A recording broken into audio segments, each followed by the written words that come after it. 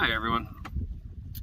With all the smoke stuff, I haven't gone out much. It's been kind of smoky. You can kind of see in the background how smoky it's been. So we're gonna decide to come out today and I'm gonna try to find some frogs, some big old bullfrogs out here in a little lake that I fish all the time. I know they're all over out here. Do a lot of most of my bait fish. Like I'm out here. I spend a lot of time out here fishing. So figured why not? Kind of bored. Need getting out of the house. So figured I'd take you along and see if we can't find some frogs. If I do.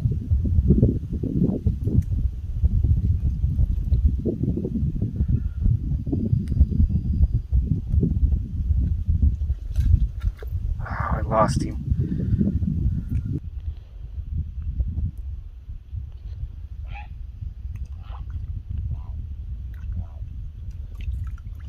Got one.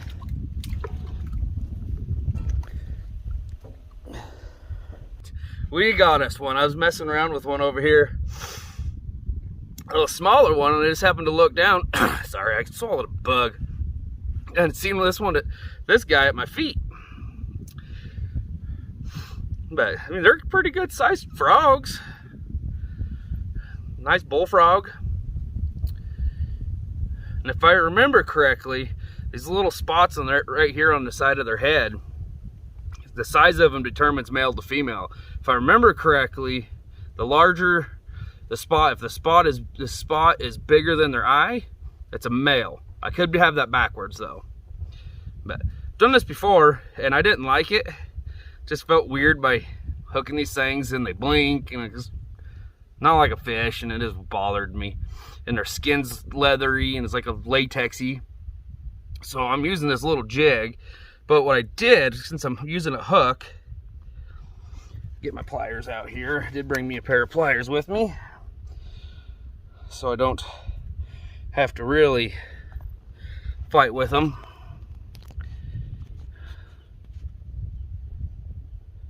Yeah, they're gonna fall over on me. I don't have the best tripod here. But hey, it works. And I'm not on level ground or anything like that. But anyhow, here we go. Pliers out. But anyhow, what I did is went ahead and debarbed the hook. So I don't have to fight with him, so the hook should just slip right out without much of an issue. I don't think really anybody fishes or catches these things around here. I could be wrong. Very well could be wrong, but I just never have heard of anybody. But see how easy it just slipped right out of it because it's debarbed. I don't have to fight with it, and I can, because I am going to eat these, I can get it out and dispatch it pretty quickly. Just peed all over me. So we're going to do that and move on. Well, this has been kind of an interesting process. They're pretty hard to sneak up on. You slip on a rock or break a twig and they jump in the water. Walked from over there all the way around to here. So, I don't know, maybe half a mile, something like that. Just to finally, and I haven't found any, just to finally get another one. So that makes two. I'll probably, once I'm done here, I'll probably get home and clean them and show you how to clean them and everything. And tomorrow we'll cook them up. Idaho has some interesting things out here on this lake walking around. I've seen them out here before, but not very often. Somebody's lost their chickens. A little tiny rooster. He don't look very old. That little rooster right there. He's just a crowing away. Poor little fellers. Pretty birds though. Yeah, 4 little roosters, young roosters. Hi guys. Somebody's chickens. I don't know whose chickens they are, but they got out and lost. Hi guys. You chickies.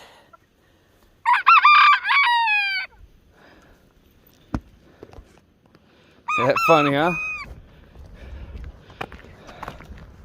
You just never know what you're gonna come across. Looks Looks like I'm only gonna wind up with 3. But I did get 3 frogs, bullfrogs.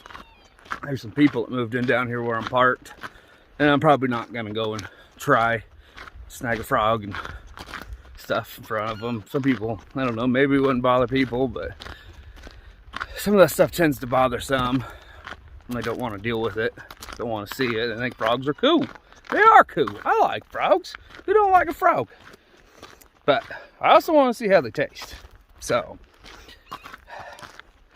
I won't kill it for no reason or just for the fun of it, because they ain't harm nothing. They eat, the bass in here will eat them, the catfish in here will eat them.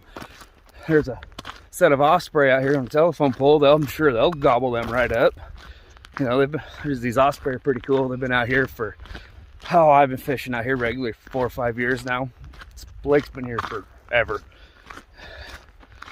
For a long time, hundreds of years now. They actually found mammoths in here once. So it was an old mud hole, who knows. But been watching these osprey for years now. They're kind of mean. I got out there next to their pole once. They didn't appreciate it. They kind of come down at me, so I got the heck away from those guys and left them alone. But they're pretty neat to watch. There's a lot of that stuff around. It's kind of cool. The only thing I hate about it out here, especially this time of year in August, dry grass is all dry and everything, there can be snakes in that grass. That grass wiggles, I want to run. So, but it looks like I only got 3. I'm not gonna go over here and bug these people. So, but we'll see you back at home. Okay, I'm back at the house. I had to wait till the next day to clean these frogs up, but I got it all set up here right now, and we're gonna go ahead and start cleaning these. I cleaned one of them just to make sure I can kind of figure this out. I've never done it before, so it's gonna be a learning experience, but I figured, hey, why not show everybody else what I'm doing too.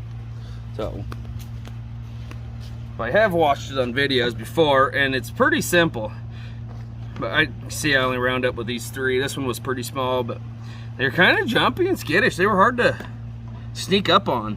So I only got the one on video because it was pretty hard, but all I did was put a little slit in their back here. And then I got a pair of pliers, just kind of put a slice in them. And then just took these pliers and grabbed him and pretty much skinned him. About like that.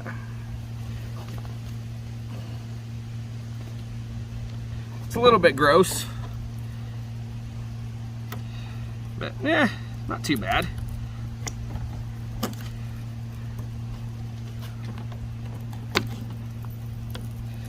We'll get them all cleaned up, and then I'll rinse them all off and get them good and clean. And I got a frying pan here, and we're gonna fry them up.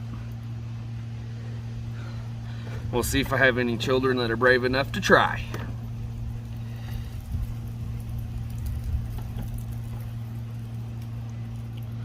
I've seen other videos they were talking about doing it with a pair of scissors, but it's just not that common, I don't think, around here. But if it is, I'd like to know other people that are out there doing it. Be interesting. Yeah, 'cause the skin actually comes off of them. Pretty simple. I can just take it and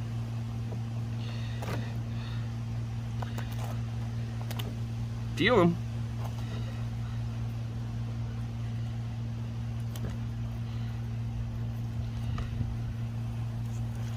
It's about like that there.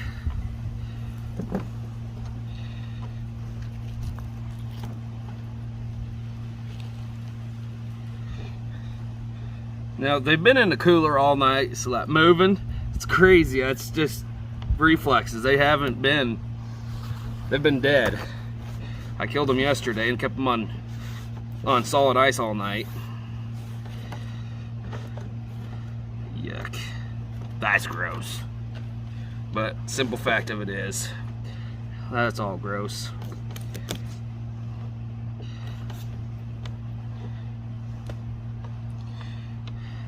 I've always been curious how these taste and how they'll come out. It'll be an interesting experience. But those are pretty good sized little legs. Compared to this one, this guy wasn't nearly as big, but I figured, hey, I'm having a hard time getting them. I got some different ideas and how to catch them. They do it in the southern states quite a bit.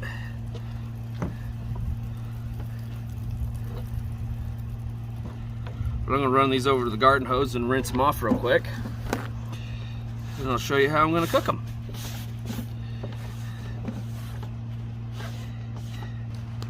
Alright, I got them rinsed off and clean. I'll get them on a paper towel here and pat them dry. And clean up whatever else the garden hose didn't peel off, like some of the skin there. But they're about like anything else in the wild. Rabbits and grouse and stuff you kill, bring home and eat, you know. They're not like buying from a grocery store for sure.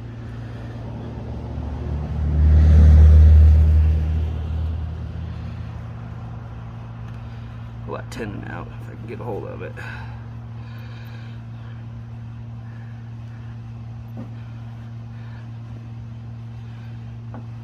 But yeah, so there we go. All patted dry.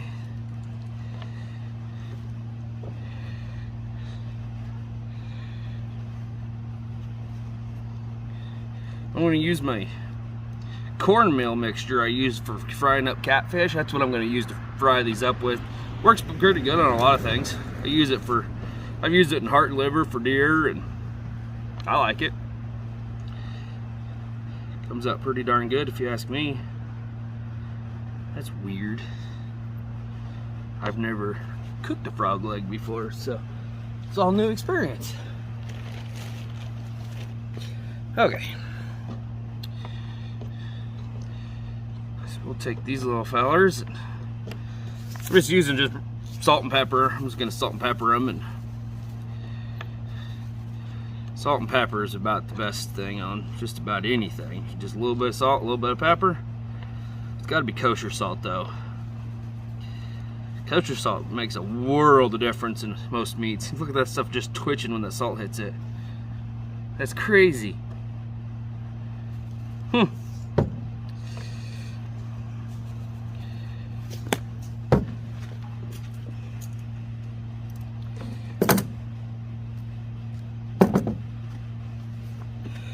All right. So I have this cornmeal mixture. It's about two parts cornmeal, 1 part flour, salt, pepper, usually a little bit of chipotle, some cayenne, chili powder. I don't use a lot of paprika. I'm not a huge fan of the taste of it, so I don't use a lot of it. But I use this mixture for quite a few things. And just keep it in a tub, and lasts me a while. So, what I'm gonna do, get these all rolled up into this. And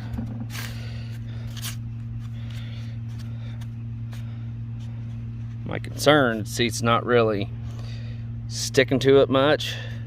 What I'm probably gonna have to do is go and get some milk. I don't know. See, beat it up, shake it off, and it's just all the flour left. So I'm gonna run in and grab some milk real fast. Okay, I'm back. I went in the house, grabbed me a bowl of milk here. And then I can kind of dip it in the milk, then into the cornmeal. I'm doing this one-handed here, so.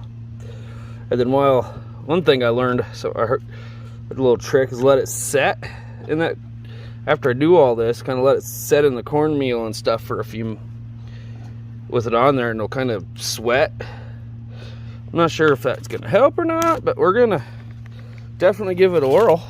But see, now that cornmeal's actually really starting to stick, and that's what we wanted. We want that cornmeal to really stick on there. Another good option other than milk is actually yellow mustard, especially for catfish.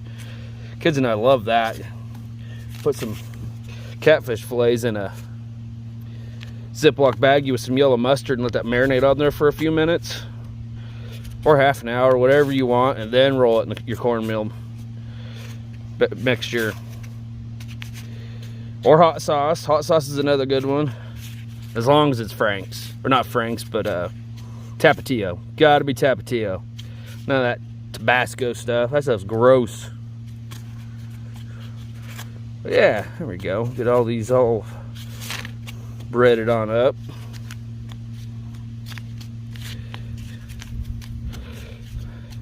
That way they'll kind of get crispy.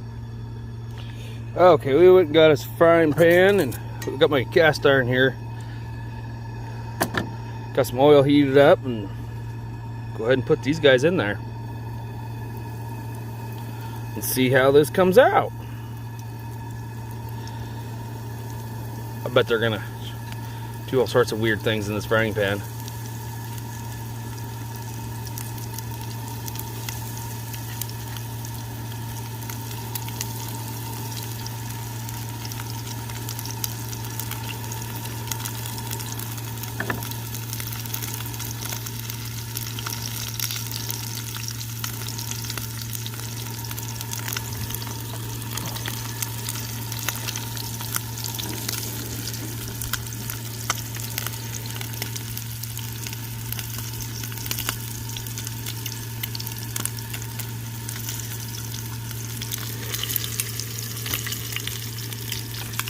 We'll touch more oil in there.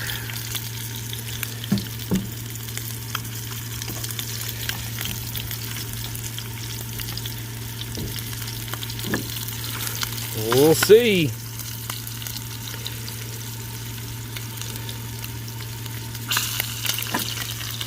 I'm sure they'll need a few minutes on each side to really get thoroughly cooked.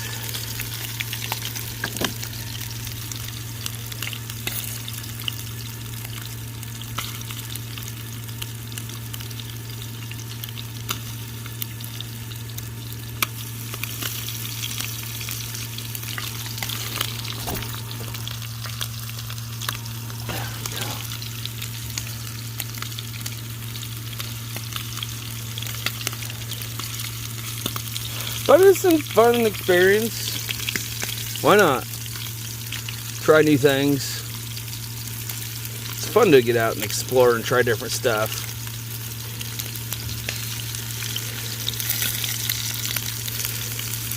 I guess you probably really don't want to overcook them, but definitely not undercook these things.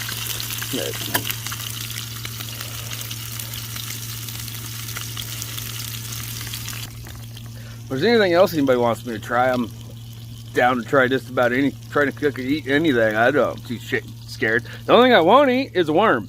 I've ate worms and they're absolutely horrifying. Especially if you swallow them whole. They get down in your throat and they try to crawl back up, and it's just not a cool process. Been there, done that, not happening again. But fish-wise, there's not many I haven't ate. I've ate suckers. I haven't ate a northern pike minnow or squawfish. Haven't ate one of those. I've ate chisel mouths, whitefish, suckers, carp. Ate those, but I'll try just about any of them again. But right now we're gonna do our frogs. All right, we got them all fried up, cooled off. Now we're gonna go ahead and give them, I don't know. Funny fat again. Let's see.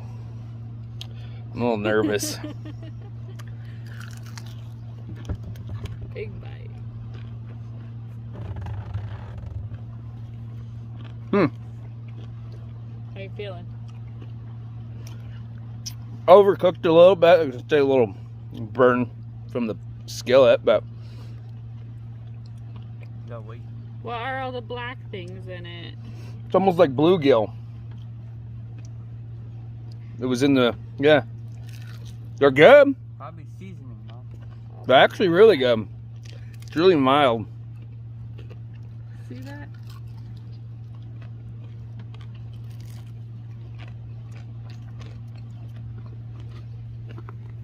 How are they? Considering she's going back for more. It's just there's these little veins or something that make me uncomfortable.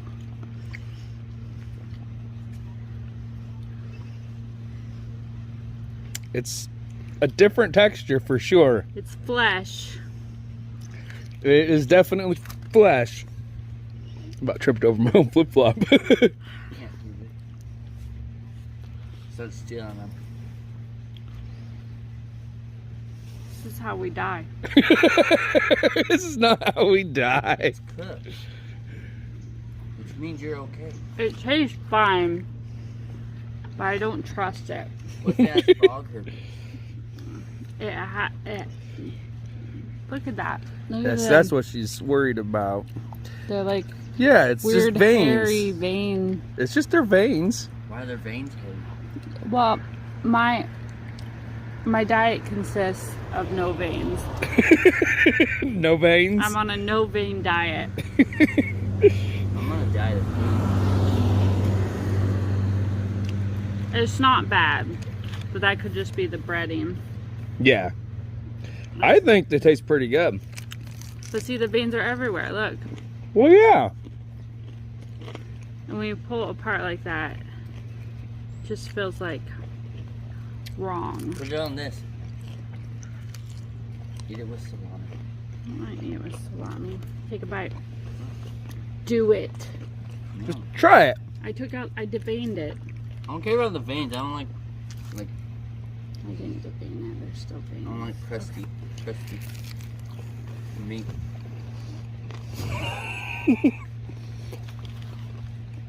Alright, this was good. I'm a little freaky. And she said, does it taste like chicken? You used to, when you'd order fish sticks, you'd ask for a shark. You'd say, I'll have shark. I'll have shark. And people would just stare, and I'd be like, fish stick. Or when you went to the Chinese restaurant and you want teriyaki chicken on a stick, you'd say, I'll have rat on a stick.